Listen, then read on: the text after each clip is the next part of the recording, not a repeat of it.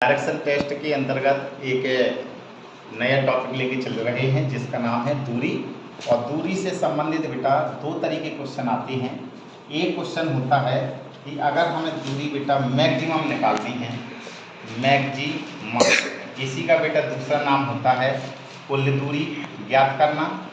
यदि कुल दूरी ज्ञात करनी है या इसी को बेटा कहते हैं ज़्यादा से ज़्यादा दूरी, ज़्यादा से ज़्यादा दूरी, या इसी का दूसरा नाम होता है, एक हो गया मैक्सिमम दूरी, हाँ एक नाम होता है बेटा अधिकतम दूरी। अगर कभी भी आपको ये नाम आ जाए अधिकतम दूरी, लेकिन इनसे संबंधित प्रश्न एग्जामों में बहुत ही कम आते हैं, इनके सिर्फ चांस 1% होते हैं। लेकिन इससे संबंधित जो दूसरे टाइप का है, एक मैंने बताया मैक्सिमम दूरी हम ज्ञात कर सकते हैं, और दूसरा मैं टॉपिक बता रहा हूँ इसको कहते हैं बेटा मिनिमम।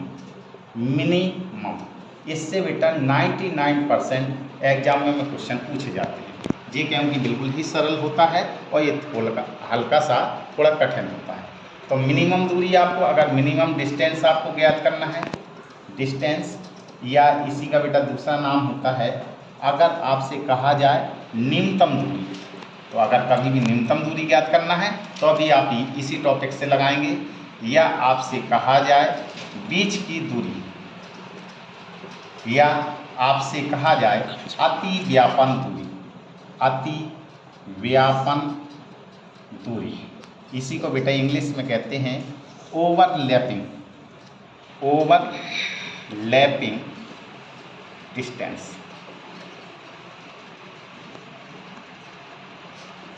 तो मिनिमम डिस्टेंस या न्यूनतम दूरी या बीच की दूरी या अति व्यापन दूरी अगर कभी भी ज्ञात करनी है तो आपको बेटा इस तरीके से प्रश्नों को हल किया जाता है। और जब कभी भी मिनिमम डिस्टेंस ज्ञात करेंगे तो इसमें हमेशा बेटा आपका रेक्टेंगल बनता है, यानी कि समकोण त्रिभुज। क्या बनता है? समकोण त्रिभुज। और समकोण त्रिभुज इसे कहते हैं जी ऐसा त्रिभुज जिसका एक कोण कितने अंश का हो, 90 डिग्री का। ये मान लिया कि जैसे आपका लंब दिया गया है, इसको बेटा कहते हैं लंब, और ये होता है आपका आधार, और ये जो होता है 90 डिग्री के सामने वाला होता है उसको कहते हैं कोण। तो इसमें हमेशा बेटा हमेशा जब भी मिनिमम दूरी ज्ञात करनी होगी तो समकोण त्रिभुज बनेगा। कौन सा त्रिभुज बनता है? समकोण त्रिभुज। और हमेशा इसमें ऐसे प्रश्नों की कभी भी बीच की दूरी ज्ञात करनी होती है तो पाइथागोरस प्रमेय लगाई जाती है, पाइथागोरस प्रमेय। और पाइथागोरस प्रमेय क्या होती है? पाइथागोरस प्रमेय होती है कण का वर्ग बराबर लंब का वर्ग और प्लस में आधार का वर्ग। तो यहाँ से हम, अगर हमें कण मालूम है, लंब मालूम है, तो हम आधार की गणना कर सकते हैं, और अगर हमें लंब मालूम है, आधार मालूम है, तो हम कण की गणना कर सकते हैं। या कण मालूम है, आधार मालूम है, तो हम लंब की गणना कर सकते हैं। तो इस तरीके से अगर आपको जैसे लंब दे दिया जाए x, आधार दे दिया जाए y, तो और कण को कहा जाए z, तो अगर बेटा हमें z का स्क्वायर निकालना है तो कैसे निकलेगा? x स्क्वायर और प्लस में y स्क्वायर। अगर z का मान निकालना है तो कैसे निकलेगा? Under root x square plus में y स्क्वायर। यही जो बेटा z आया है यही आपका बीच की दूरी है, यही आपका क्या है? बीच की दूरी। तो इस तरीके से डिस्टेंस डायरेक्शन टेस्ट के अंतर्गत दूरी से संबंधित दो तरीके के प्रश्न होते हैं।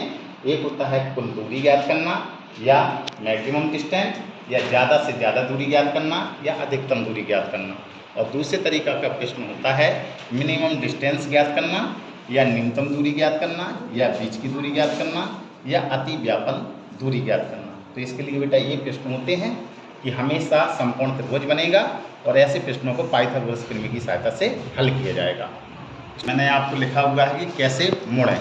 तो इसमें क्या है कि अगर हमें कभी भी बाएं मोड़ना है, बाएं, इसी को इंग्लिश में कहते हैं लेफ्ट, और लेफ्ट को बेटा कहते हैं एल, या इसी का नाम दूसरा नाम होता है वामावर्त। अगर कभी भी ये शब्द आते हैं बेटा और आपको बाएं मोड़ना है तो हमेशा क्या करना है कि आपको बेटा सिर्फ क्या करना है कि सुई की विपरीत दिशा में घूमना है, सुई की विपरीत दिशा में घूमना, सुई की विपरीत दिशा में घूमना। जब भी हम विपरीत दिशा में घूमेंगे तो इसका मतलब है हम बाएं की तरफ चल रहे हैं। इसी को बेटा इंग्लिश में कहते हैं anti clockwise, anti clockwise, anti clockwise. अगर कभी भी बेटा आपको ये शब्द आ जाए दाएं, अगर कभी भी दाएं या दायां, ये इसी को कहते हैं बेटा इंग्लिश में राइट, और इसी को बेटा कहा जाता है आर, और आर को बेटा कहते हैं हम दक्षिणावर्त। अगर हमें कभी भी दक्षिणावर्त दिशा में घूमना है तो हमें क्या करना है, इससे पे हमें सुई की दिशा में चलना है। किसकी दिशा में चलना है? सुई की दिशा में घूमना, सुई की दिशा में घूमना। यदि हम सुई की दिशा में घूमेंगे तो उसको कहते हैं बेटा राइट, राइट का मतलब होता है आर। तो इस प्रकार से बेटा हम बाएं घूमना है तो इस प्रकार से चलते हैं, और राइट घूमना है तो हम इस तरीके से चलते हैं। जैसा कि मैं एक आपको प्रश्न के माध्यम से बता रहा हूँ कि जैसे बेटा मैंने कहा कि एक कोई व्यक्ति है और कोई व्यक्ति मान लिया कि ईस्ट की ओर जा रहा है, इसकी ओर जा रहा है, ईस्ट की ओर चल रहा है। कोई व्यक्ति है जो ईस्ट की ओर चला और आपको कहा गया कि वो बाएं मुड़ता है। क्या मुड़ता है? बाएं। तो बाएं अगर कभी भी निकालना है तो आप कैसे बेटा निकालेंगे? आप सिर्फ सुई घड़ी को देखिए, घड़ी में आप देखेंगे ये सीधा 12 होता है, ये आपका कितना होता है 6, और ये आपका कितना होता है 3, और ये बेटा होता है आपका 9। ठीक है, तो इसका मतलब है कि वो ईस्ट की ओर जा रहा है, तो इसका मतलब वो कहाँ की ओर जा रहा है? 3 की ओर जा रहा है। इसका मतलब क्या है कि 3 के ऊपर क्या होता है? 3 के ऊपर बेटा 2 होता है, और 2 के नीचे बेटा क्या होता है? 4। तो अगर बेटा हम कम की ओर जाएंगे तो इसका मतलब लेफ्ट चल रहे हैं, और अगर हम ज़्यादा की ओर जा रहे तो इसका मतलब हम राइट की ओर जा रहे हैं। तो इन्होंने कहा कि प्रश्न में कि कहाँ की ओर चलना है, तो मैं बायां चलना है। तो बायां का मतलब कौन तरफ की घूमेगा? 2 की तरफ जाएगा कि 4 की तरफ जाएगा? 2 की तरफ। मैंने कहा कि अगर हम सुई की विपरीत दिशा में जाएंगे तो हम वामावर्त घूम रहे हैं, इसका मतलब है हमको किस तरफ जाना है? 2 की तरफ जाना है। यदि बेटा, तो इसका मतलब है ये कौन सी दिशा हो गई इसकी?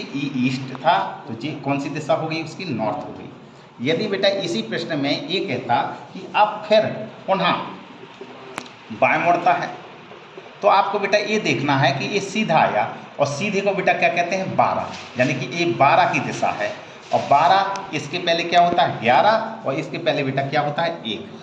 तो मैंने कहा अगर बेटा हम ज़्यादा की ओर जाएंगे तो हम राइट चल रहे हैं, और हम कम की ओर जा रहे तो इसका हम हैं सुई की विपरीत दिशा में जा रहे हैं। तो हमें बाएं जाना है, बाएं का मतलब होता है कम की ओर जाना, तो इसका मतलब है 11, ये 12, और 1 का मतलब होता है 13, तो ये तो ज़्यादा है। अगर हम इस तरफ जाएंगे तो ज़्यादा जा रहे हैं, इसका मतलब हम राइट चलेंगे। तो हमें तो सिर्फ बाएँ जाना है, तो बाएँ के लिए क्या होता है? कम की दिशा, तो कम का है इस तरफ आएंगे। तो इस प्रकार से ये क्या होगा? हम बायां यानी एक एल चल रहे हैं। तो इस प्रकार से हम बायां और दायां घूम सकते हैं। एक और प्रश्न लेते हैं।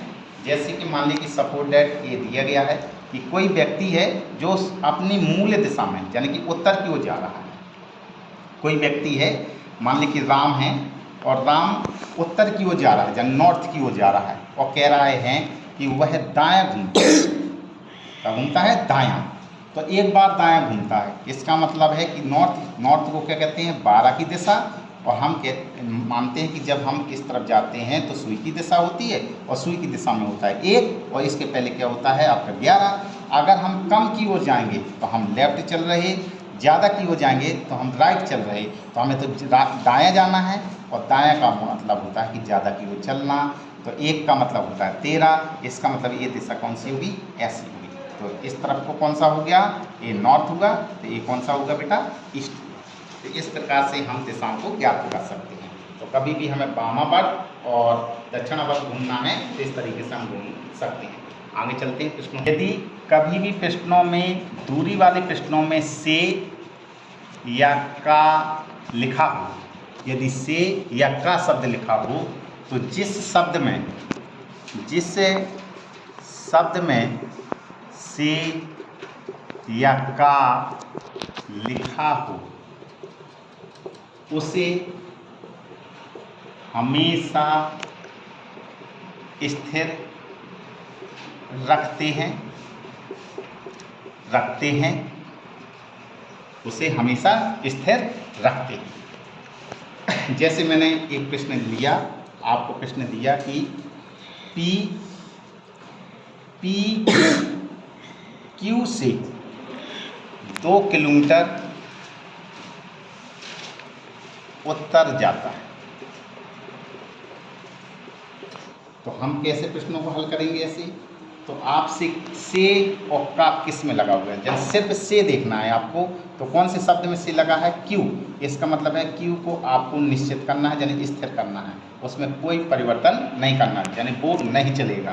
तो इसका मतलब है कौन चलेगा? पी चलेगा। और कहाँ की ओर जाना है? 2 किलोमीटर उत्तर दिशा में। तो उत्तर दिशा कौन सी होती है? आप जानते हैं कि ए, आप डायरेक्शन बना लीजिए, तो ये होता है ईस्ट, ये होता है वेस्ट, ये होता है नॉर्थ और ये होता है साउथ। इसका मतलब है कि जो बेटा स्थिर होगा वो इनके कटान बिंदु में ही स्थिर रहेगा। इसका मतलब है जो कटान बिंदु है वो क्या है? क्यू है। और क्यू से कितने किलोमीटर उत्तर की ओर जाना है? 2 किलोमीटर। तो यहाँ से जे कितने किलोमीटर जाएगा? 2 किलोमीटर। जिसका मतलब है जे आपका पॉइंट कौन सा हो जाएगा? पी हो जाएगा। तो इस तरीके से बेटा हम दूरी को प्रदर्शित करते हैं। जैसे आपको एक प्रश्न और दिया गया कि के वाई से 4 किलोमीटर पश्चिम जाता है, फिर वाई से जेड उत्तर जाता है, उत्तर जाता है। अब वह किस दिशा में है? यदि बेटा ऐसे प्रश्न आए तो आपको क्या करना है? सिर्फ आपको से पकड़ना है। तो यहाँ पे आप देखेंगे कि के वाई से, तो वाई में से लगा है, तो आप सबसे पहले मूल दिशा बना लीजिए। जी आपका क्या होगा? वाई। तो वाई कहाँ पर होगा? कटान बिंदु पर। ये होता है ईस्ट, ये होता है आपका वेस्ट, ये होता है आपका नॉर्थ और ये होता है आपका साउथ। तो वाई से कितने किलोमीटर जाता है? 4 किलोमीटर, लेकिन कौन सी दिशा में? पश्चिम। तो पश्चिम होता है इस तरफ। इसका मतलब है कि यहाँ आया, इस तरफ चला है। कितने किलोमीटर चला हुआ है? 4 किलोमीटर, यानी कि यहाँ से इस तरफ आया और यहाँ पे ये 4 किलोमीटर आ गया। ये कौन सा पॉइंट हो गया आपका? के। इसके बाद क्या है कि फिर वाई से जेड उत्तर जाता है। अच्छा, फिर वाई से जेड उत्तर जाता है। अब देखिए वाई में से लगा है, तो वाई से ही चलना आपको चालू करना है। वाई को आप निश्चित रखेंगे। और कितना जाता है? जेड उत्तर जाता है। तो जेड चलना है, लेकिन कहाँ की हो जाएगा? उत्तर। तो ये जा रहा है ये जेड हुआ। तो इस प्रकार से जिसमें भी से या का लगा होता है उसको स्थिर कर दिया जाता है, और जो शब्द को चलना होता है, जिस भी व्यक्ति को चलना होता है, वो चलता जाता है। तो इस प्रकार से हम दूरी से संबंधित प्रश्नों को हल करेंगे। Thank you.